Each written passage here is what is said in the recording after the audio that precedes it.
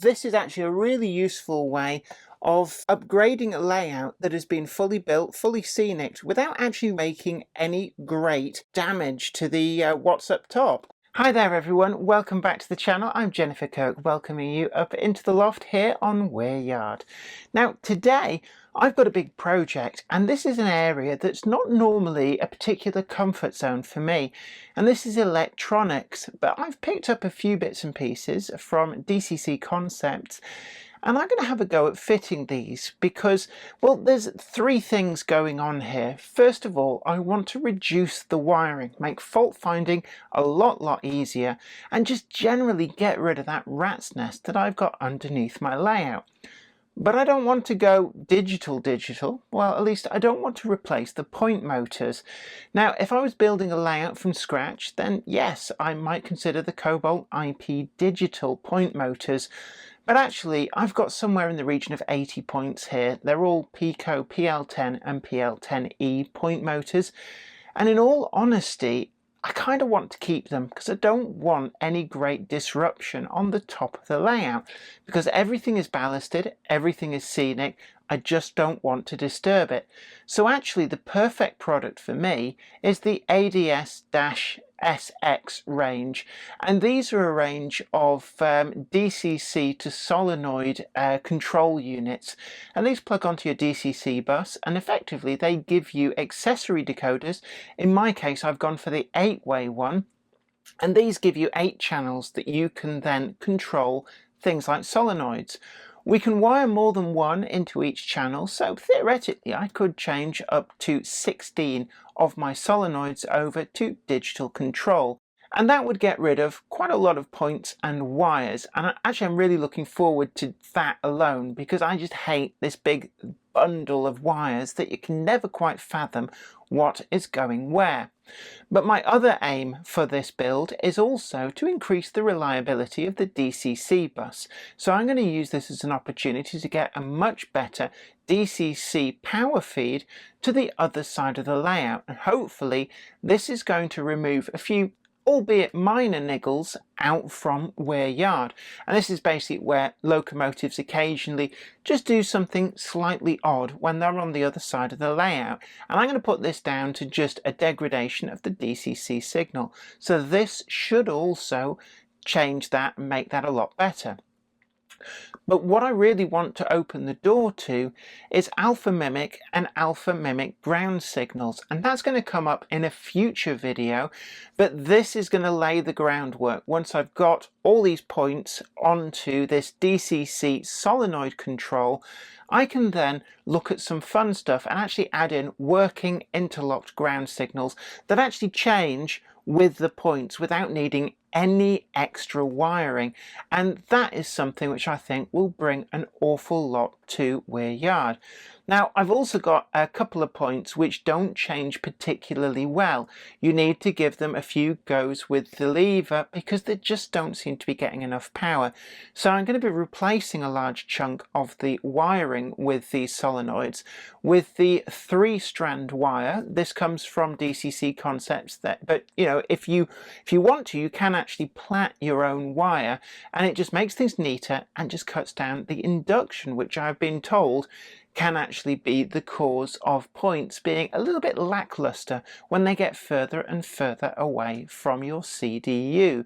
So that's what I want to do, and maybe in the future we'll also investigate a mimic panel, because I'm never quite sure which direction the points are actually pointing. We've also got a link down below which takes you to the pages that you can actually find out more information on the products used in today's video. But let's not get ahead of ourselves, and let's get down and dirty underneath Weir Yard, and let's get on and see what the area is that I've chosen to take on this project of going DCC with solenoid point motors.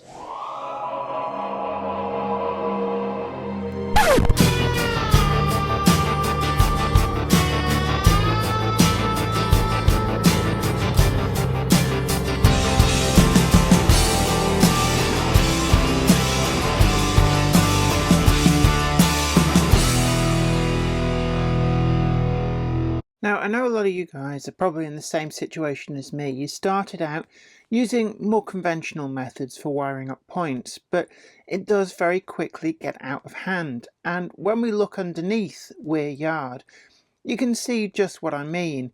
In the area that I've chosen to convert to a DCC point operation, it really is a complete rat's nest of cables. And that's actually repeated all around the layout. I've got 3 control panels, all with analog type switches. It's a real mess and very difficult to keep track of what's actually going on.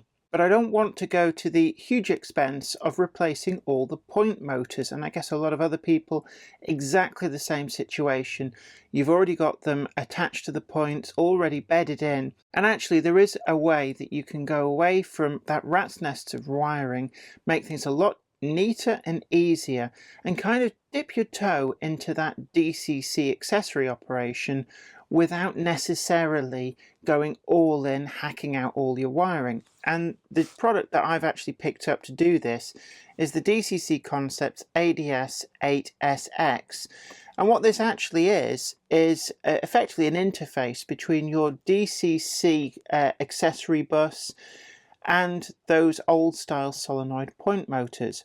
So what I'm going to do is wire one of these in, and each of these outputs is effectively one accessory decoder, but it can handle more than one point. So for example, if you have somewhere where there's a crossover, 2 points that are always going to change together, it makes sense to wire them both into the same accessory decoder output. And we've got all the switches there so that we can teach this which accessory numbers we want to put them on. And I'll deal with all of this later as we come to the installation.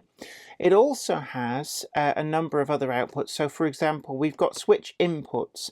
And what this means is that you can actually use this instead of a CDU, and you can actually use completely DC control of your points on a DCC layout without even bothering to wire this as if it's an accessory decoder. You can still power it from the track bus, but you just put a switch input to each of these and it just acts like an ordinary CDU, which is great in and of itself, but that doesn't actually give me anything more than what I've got at the moment. So I'm going to go the full DCC route. And so we don't need to use the switch inputs, but we do also have an LED output. Now you can use this to either show the positioning of the points, say if you've got a mimic panel, so you can see which way the routes are connected, and that in and of itself is really useful.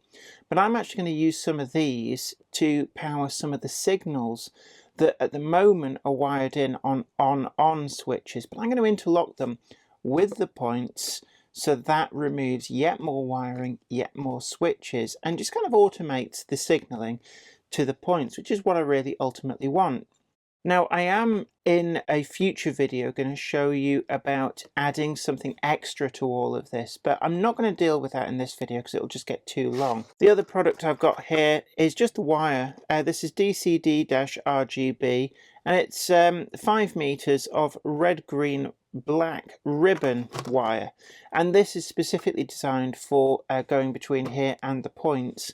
So we just have a ribbon with the 3 colors, and we can replace some of that horrible rat's nest of wiring with this to make it nice, neat, simple, and it also aids with fault finding. But I am going to locate this quite close to a lot of the points, and I'll probably just reuse some of the wiring that I hack out from underneath, just really for economy. I don't like throwing stuff away. So this is our starting point for this video, and as we go through this I'm going to show you the start, where I'm starting from, and also as I wire it up, and then we'll have a look at the operation of all this towards the end of the video, once hopefully, fingers crossed, I get everything set up. Now I am very much an electrics noob.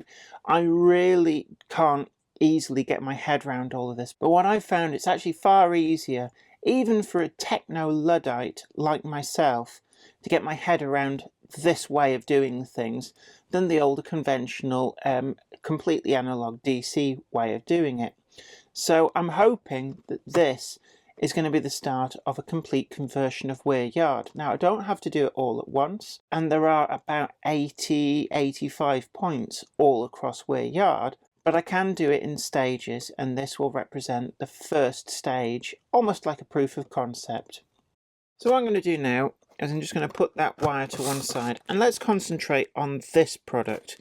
I'm going to get it out from the packaging, and it does appear to come with some very extensive instructions here, so you're not lost at sea and you don't need to keep googling things, which is always pretty good. So I've got the instruction sheet off, and actually it is very comprehensive instructions.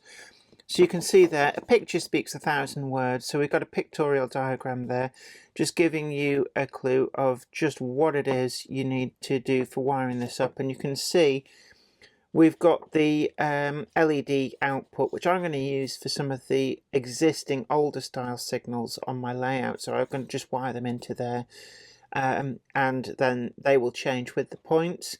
We've got a polarity changer. Now, one of the things which I never really got around to finishing off was the electrofrog points. Some of them are wired up, but I have great reliability issues with the Peco PL10s micro switches, and this is going to solve all of that problem. I'm going to take the opportunity to wire up all of the frogs on the electrofrog points back to this, and I think that's just going to make a huge difference. You can see here we've got, it's illustrated as push button switches, but you could have a passing contact switch as well. We're not going to use that. And here is the connection off to the point motor. PL10s and PL10s are what we're using. And so we've got the full 8 on there. And we've also got the track bus voltage in. So that's into the solenoid decoder, and there's also a pass-through for if you want the bus to continue as well. So I'll probably actually use that to connect to another one of these at some stage, and actually start to also neaten up the main DCC bus on the layout. What I want to do with that is to take all of the droppers which are currently on a sort of a massive hub and spoke spider diagram underneath the baseboards, and actually just wire all those droppers to an actual proper bus, and hopefully that will not just neaten up the wiring but also improve some of the reliability as well. The product is very heavy construction. This lovely brushed silver case is actually also acting as a heatsink. It protects a lot of the electronics in there. You can see the electrolytic capacitors because there's effectively a CDU for each of these outputs, which is great. So let's get to it then. It's just simply a case of starting to hack out the old wiring and wire this in. Now I've got to think of a location for this. I want it actually readily accessible. I don't want to be stuck underneath messing about trying to see what I'm doing. So I want to put this unit somewhere very readily accessible to make my job of wiring in so much easier. This is the area that's up for renewal. You can see here a lash up of all these old Hornby 00 switches, and the rat's nest of wiring, which if we go underneath, you can see this is just nasty underneath here.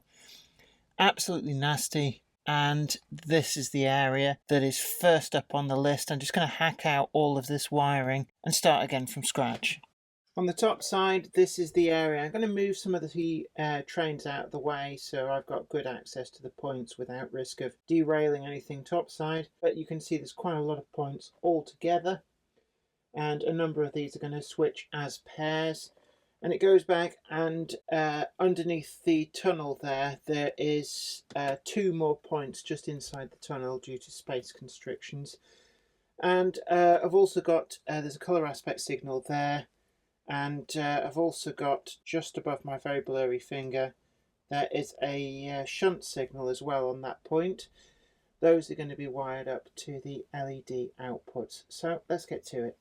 It's a day later and I've got the ADS-8SX unit all wired in. I've used all 8 channels. There are still 3 points which will need 2 further channels to change to be able to fully eliminate this control panel. But when we look at the top side of the track, nothing has changed, and that just shows this is actually a really useful way of upgrading a layout that has been fully built, fully scenic, without actually making any great damage to the what's up top. The only thing which is immediately visible is if I find here an Electrofrog point. Now, these are quite old Peco ones, code 100, and I've had to use a Dremel just to separate the frog from the switchblades, and you have to do this very carefully so you don't actually destroy the point. And I've had to do that on a couple of other ones just over there, and also in front of the signal box. That's really the only thing that you can see up here. And the reason for this is for when you wire in the frog changing, it appears to cycle when you turn the unit on, and if you haven't adapted the points, then it does cause a short. Now, this is something that Peco have modified the design on newer points, so it's certainly something that if you're buying points from scratch, if you're laying a layout from scratch, it's not really any great big deal. Underneath the layout is where a lot of change has gone on. So we see the ADS8SX DCC solenoid decoder in place, and I've used all 8 of the channels. And I'm just going to point out a few things. Right, so each of these, we've got the solenoid output. Each one of these is used. Now, I didn't completely replace all the wiring because obviously I was hacking out a lot of wiring. And in instances like, for example, that point there, the existing wires could be trimmed and just fed straight in, so it made sense to do that. A lot of this mess is the wiring which goes to the Dapol water tower that is just tucked out of the way. Now, certain other things like signals, which I had independently switched, these are actually now going into an appropriate LED switching channel. And this is what I really love about the ADS units.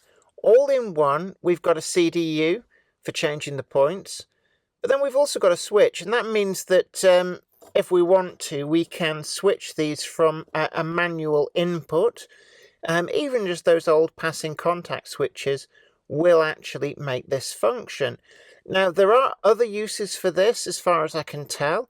You can also have an input from something like a block detection device, and DCC Concepts do sell these.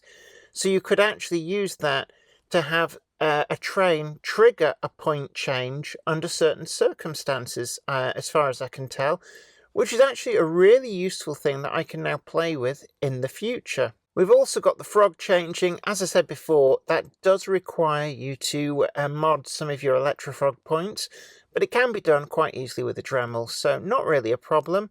And then also, just see there, we can change, there's an LED output, which you can actually use if, say, for example, you wanted to show the position of the points on a mimic panel. You can do that using that.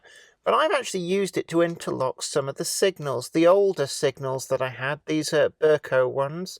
You just have to be careful about the polarity. Of course, the signals are LEDs.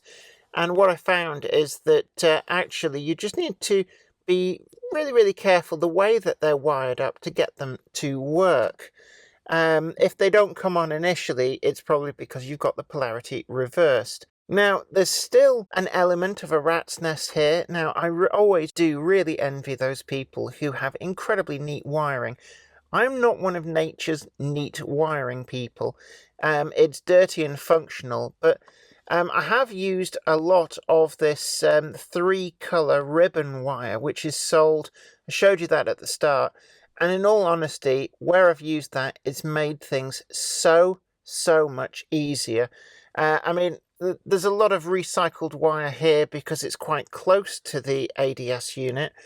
But as we go towards the long wiring runs heading over there, it's been invaluable. And actually, I'm on the verge of just saying, look, it should be mandatory to use this 3-strand wire to wire up solenoids. It is so much easier, and it wasn't actually massively expensive either. So all in all, we've actually got rid of a huge chunk of the wiring underneath here. Not as much as you might imagine, actually, when you've got electrofrog points and also dropper wires in here. It does still add up. And one of the things that I have done is that I've run a whole new bus feed round here.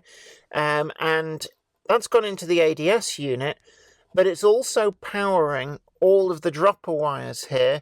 I've got a completely new DCC bus, which should improve reliability on the layout quite substantially.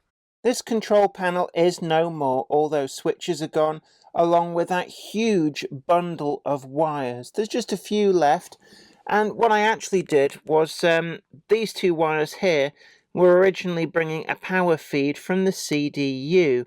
Now, be super careful. I made sure that they were disconnected at the other end from the CDU circuits, and then I wired these specific two wires into the DCC bus right by the 5 amp booster that I've got. I've also got a bus spike suppression unit here. I thought it was a great location to put one in, and then I've taken a feed off into the ADS unit, which you can see there from another angle. One of the other useful things that this ADS unit offers, in fact all of the ADS units from DCC Concepts, is we've got a blue light there which actually tells you that the CDUs in here, 8 channels, so we've got 8 CDUs, they're all charged. And there is a button just on the end here. We'll press that and you'll see that the blue light slowly goes out. Press it again and again just to make sure. That's now fully discharged, and this is actually quite important because you've got here potentially quite a jolt. It won't do you any real mischief. What it's actually more likely to do is if you accidentally short out to the DCC bus, you can make a lot of locomotives' decoders go pop. So it's a really, really good thing that you can discharge the unit when working on it, and I do advise you to do that. Whilst I'm under here as well, you can see each channel has the run and set switch. And this is really, really easy. I mean, this was one of the points that I really love about this. If you see there, I can flick this up into the set position. If I then bring up on the NCE, the accessory, and just pick a number, pick any number, pick the number that you want that point to be on, and press it. And then quite simply, this has learnt that address. It will also save it, so you can turn everything off, drain the power, and when you turn it back on, it will stay on that setting. And to actually just get the points to run properly, once it's been learnt, flick that back to run, and that channel is on the number that you set on the accessory bus. And you can do that for all 8 of these channels. So I've actually picked a logical order. You don't have to number these sequentially, so it doesn't have to be 1, 2, 3, 4, 5, 6, 7, 8. Any of these can be any number. And they can be numbers beyond 8 as well. You don't have to use numbers in sequence. So actually what I've got here is I've got some of these, I've got like 1, 2, 3, 4, 5, 6, 7, 8, simply because that was the convenient way to run the wiring.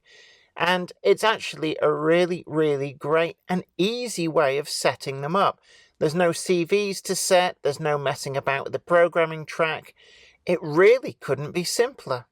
For operation, I'm using the NCE power cab, and the button you need is here where it says select ACCY. That's just an abbreviation for accessory. So when we press that, it asks us for which number. If we've got that switch on the ADS set to set, that means that nothing will actually happen when we press the button.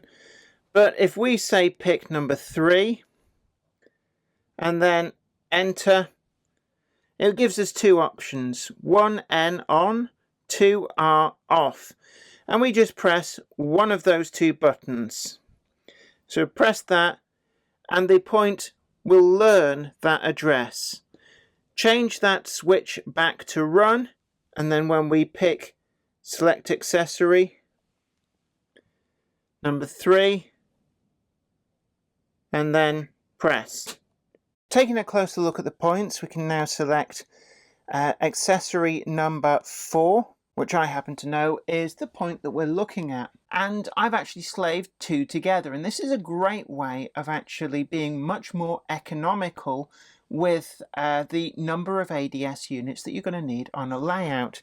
It saves up to 2 points, but actually the power on this CDU does strike me as being far more powerful than the CDU I was already using on the layout, and I wouldn't be surprised if this could actually change 3 points without any great effort whatsoever, especially if you got some of the newer, much lower energy solenoid point motors either from Peco or Rails Connect, which draw much less power, so that CDU will be able to give much more oomph. So selecting the accessory number, and so that's a really nice firm change. There's no sluggishness to this, and you can see it just works first time every time, and it's a much more positive change than what I'd seen using the CDU in the passing contact switches. There's never a false change if you, for example, change the point slightly too quickly and it doesn't quite shoot all the way across. I wanted to show you this point as well. This has always been an issue on this layout. With the old system on a CDU, it's got a wiring run of maybe 8 to 10 feet from the switch and probably closer to 15 feet from the CDU, if not further. And so as a result, it was never really the most positive of changing points. With this system, I get a positive change first time, every time. No messing about.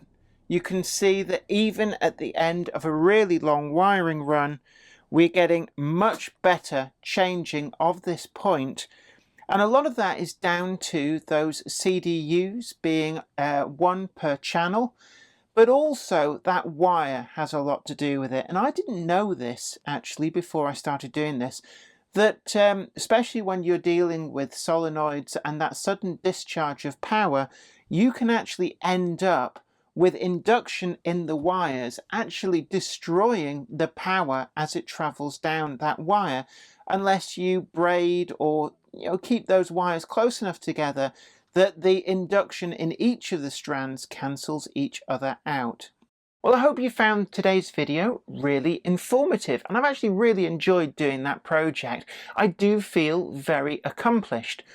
Would I change the entirety of WearYard over to DCC accessory control? I'm not quite sure that I'm ready for that. There's certainly a lot more points left to go, but certainly I think there's going to be a few that over time will find themselves getting changed over to this DCC control, because I really do like some of the things that it is bringing to the layout, and of course it's opening the door to the alpha mimic ground signals and ultimately maybe even a mimic display, and that really would make operating WearYard in a different ballgame altogether. Don't forget to tickle that like button, share this video too, and also you can check us out over on Patreon and help support the channel to keep making the videos that you want to see. And I always love hearing from you in the comments down below, so do leave a comment if this is a project that you have tackled yourself, or indeed if there's some tips and pointers that you think that maybe I've missed in this video, then share them with me down below. But until next time, this is me, Jenny Kirk, saying you take great care of yourself. Happy modelling. Bye for now. I'd like to send out a huge thanks to everybody who supports me on Patreon, and an extra special huge thanks goes out to Anthony Kidson, Offshore Allen, oorail.co.uk, Michael Lockie, Helen Sink, Peter Bolton, Brian and Dorothy Mudd, Gary Lewis, David Quinn, Sparky107107, George Botterini, Chris Moss, Robert Steers, MD of San Juan Model Company and Grantline Products, Sam Yates, Dale Williams, John N. from NC, NYMRish, Jonathan Foster, Peter, Graham Foster, Clifford Ison, Larry W. Grant, and NI Railways 4000 class, thank you. Without you guys, I couldn't do this.